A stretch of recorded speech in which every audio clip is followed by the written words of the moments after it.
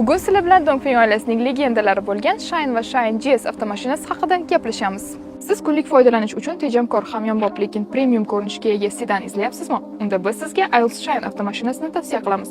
Avtomobil sportivniy ko'rinishda ishlangan va orqa tomonida zavod tomonidan o'rnatilgan spoiler mavjud. Agar siz katta oilali yoki tadbirkor bo'lsangiz, uzoq safarlarga ko'p chiqsangiz va avtomobil bagajidan ko'p foydalansangiz, unda Shine GS avtomobili aynan siz uchun. Bunaqa keng salon va katta bagajli avtomobilni hali ko'rmagansiz. Agar siz Shine avtomashinasini bir oy muddat kutish sharti bilan xarid qilsangiz, 220 million so'mga emas, chegirma narxda 210 million so'mga xarid qilishingiz mumkin. Shine GS avtomashinasini esa 232 million so'mga emas, 220 million so'mga xarid qilasiz.